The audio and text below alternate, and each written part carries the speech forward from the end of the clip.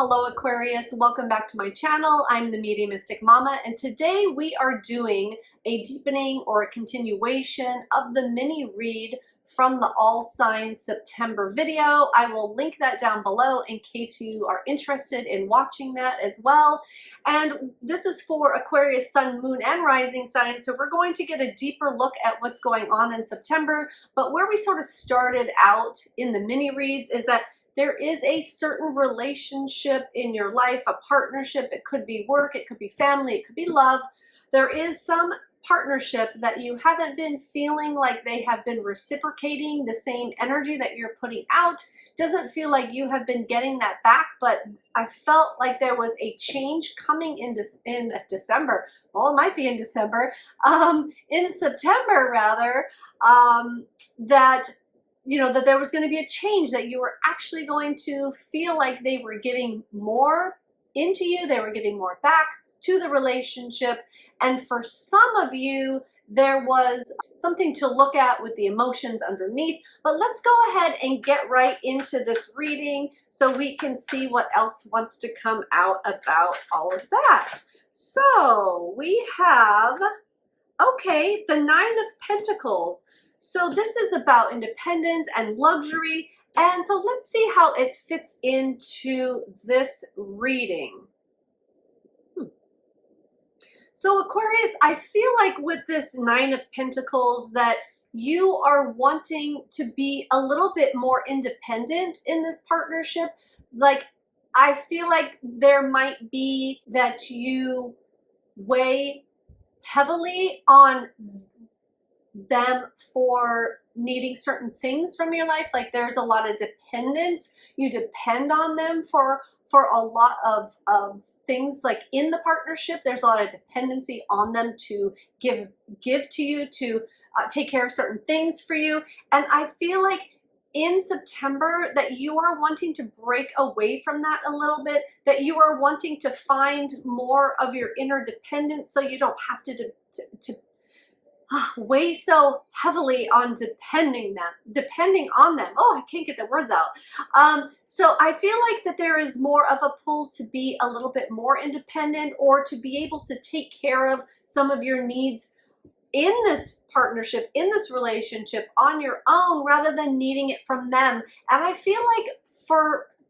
some of you that this is because of this imbalance in the relationship, and this might be how you're regaining balance or wanting to regain the balance, is to not depend on them so much, is to be able to do these things on your own instead of requiring it come from them. Because I feel like that's leaving you in a place where you're just not feeling respected. I'm getting the word respect. You're just not feeling respected or poured into as much as you would like to, and that there's just there's like this lackadaisical energy. Like, you're carrying a lot of this partnership, you're carrying a lot of the responsibilities, but you do depend on them at the same time. So I feel like you're just done with that energy, that it almost feels like you can't count on them the way either that you used to or the way that you want to. So it's kind of like you're moving more into an independent place so that you can free your mind and not have to worry about, are they going to help me in these ways that I need? Or it's like you slowly feel them providing less and less and backing away, but you still need them. So it's about getting into a more independent situation. And again, this could be work related, it could be relationship related, like family or love, but partnership nonetheless. Okay, so let's go ahead and see what else wants to come out. Oh, hold on. All right, the Page of Wands. So moving into a more independent situation is going to bring you actually like a sense of freedom, a sense of joy, a sense of exploring new things and coming up with new ideas on how that you can kind of fill that gap or do the things for yourself that you're used to them doing for you, or even like providing. Like there is something that they provide, and the thought of you providing that on your own from yourself by your own means is really exciting to you, and it's providing you with some confidence as well as excitement. Like there's some excitement of, you know, what's going to happen next. Like if I can handle this on my own, like what does that mean for me? What does that mean for my life? How is that going to, where is that going to take me? How is that going to end up for me? There's a lot of, like, it feels like brewing excitement underneath the surface, because although when we depend on someone for something or a job or whatever it may be, we depend on that, and the thought of not having that is scary. But then when you can kind of come up with other ways to achieve that without needing that thing or the person or the job or the whatever, then it becomes exciting, because there is that level of independence, or that level of, well, I could get this. I could get what I need or what I'm wanting or what I'm expecting them to do for me, and I could provide that for myself, and that is very empowering. There's like a sense of empowerment and excitement. Oh, that's coming along with this. So let's just see what this card has to say here. Oh, the Queen of Wands. Okay. So interestingly, we're going from the Page of Wands to the Queen of Wands, which is really interesting that they came out in this way. But with the Queen of Wands, you know, for a lot of you, this might be work or business related, because I see the progression here of it not working out between two entities, and then kind of breaking off on your own to accomplish more of what you need from yourself. And then it's this excitement, and then building to the Queen of Wands, which is like the card of good business sense and really like having things lining up for you. And there's a lot of confidence in this card, and it's like what I said before with being able to provide for yourself in these ways that you're dependent on something else for, is really going to bring about that self-confidence, and it's going to elevate you not only on a personal level or a mindset, but also going to elevate you. I feel like it's just going to elevate your life. It's going to elevate your situation, your circumstance. Yeah, like that. And I just saw 11:11 on the clock, interestingly enough.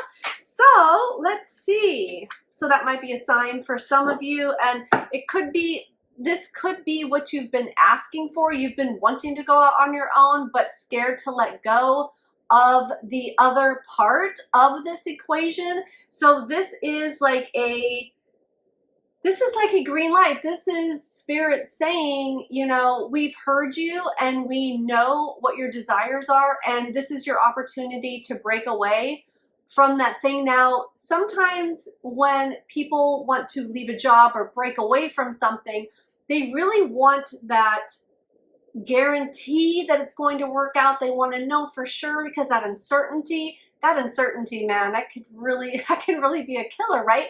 But nothing is ever certain in life. Life isn't even certain, right? I mean, as far as if we're going to live from one day to the next, you just never know what's going to happen. You just never know. So you cannot get a guarantee in this situation. Does it look good? Yes, it looks like this is the right direction for you to go in right now. But right now is all you have. You don't have next week, next month, next year yet. And going out in this new direction, breaking away from this partnership, might be the thing that you need right now, and it might be the thing that gets you to really where you want to go in the future. It's the present, though, is the only thing that we have control over. The only thing that we can make decisions against is the right now. So right now, it's going to work for you.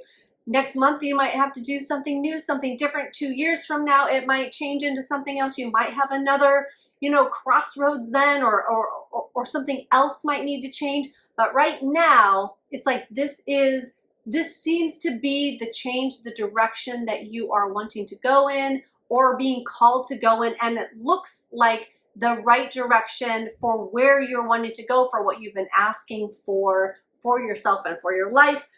And so then we're going to end with the Strength card, which is an 8. That stands out for me as well. So with the Strength card, it's just showing that it's going to take some inner strength. It's going to take some inner guidance. It's going to take, it could for some people, if you are wanting to branch out on your own into sort of a new business or a new career, and it's mostly led by you, then it's going to take some determination. It's going to take maybe some parenting.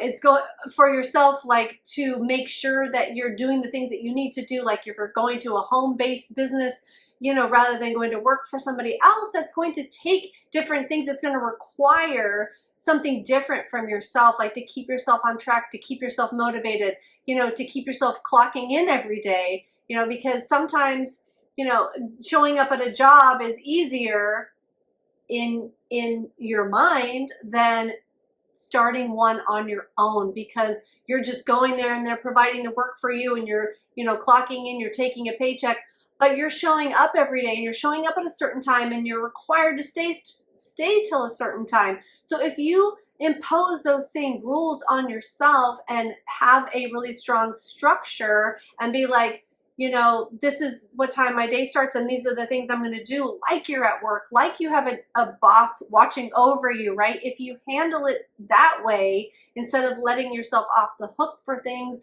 then it can, with that inner strength, it can really be something. It can really be what you are looking for it to be. So I really hope this helps you, Aquarius. Thank you so much for tuning in. Remember to like this video if you have found it helpful, and to tune in for next time. Thank you so much. Bye now.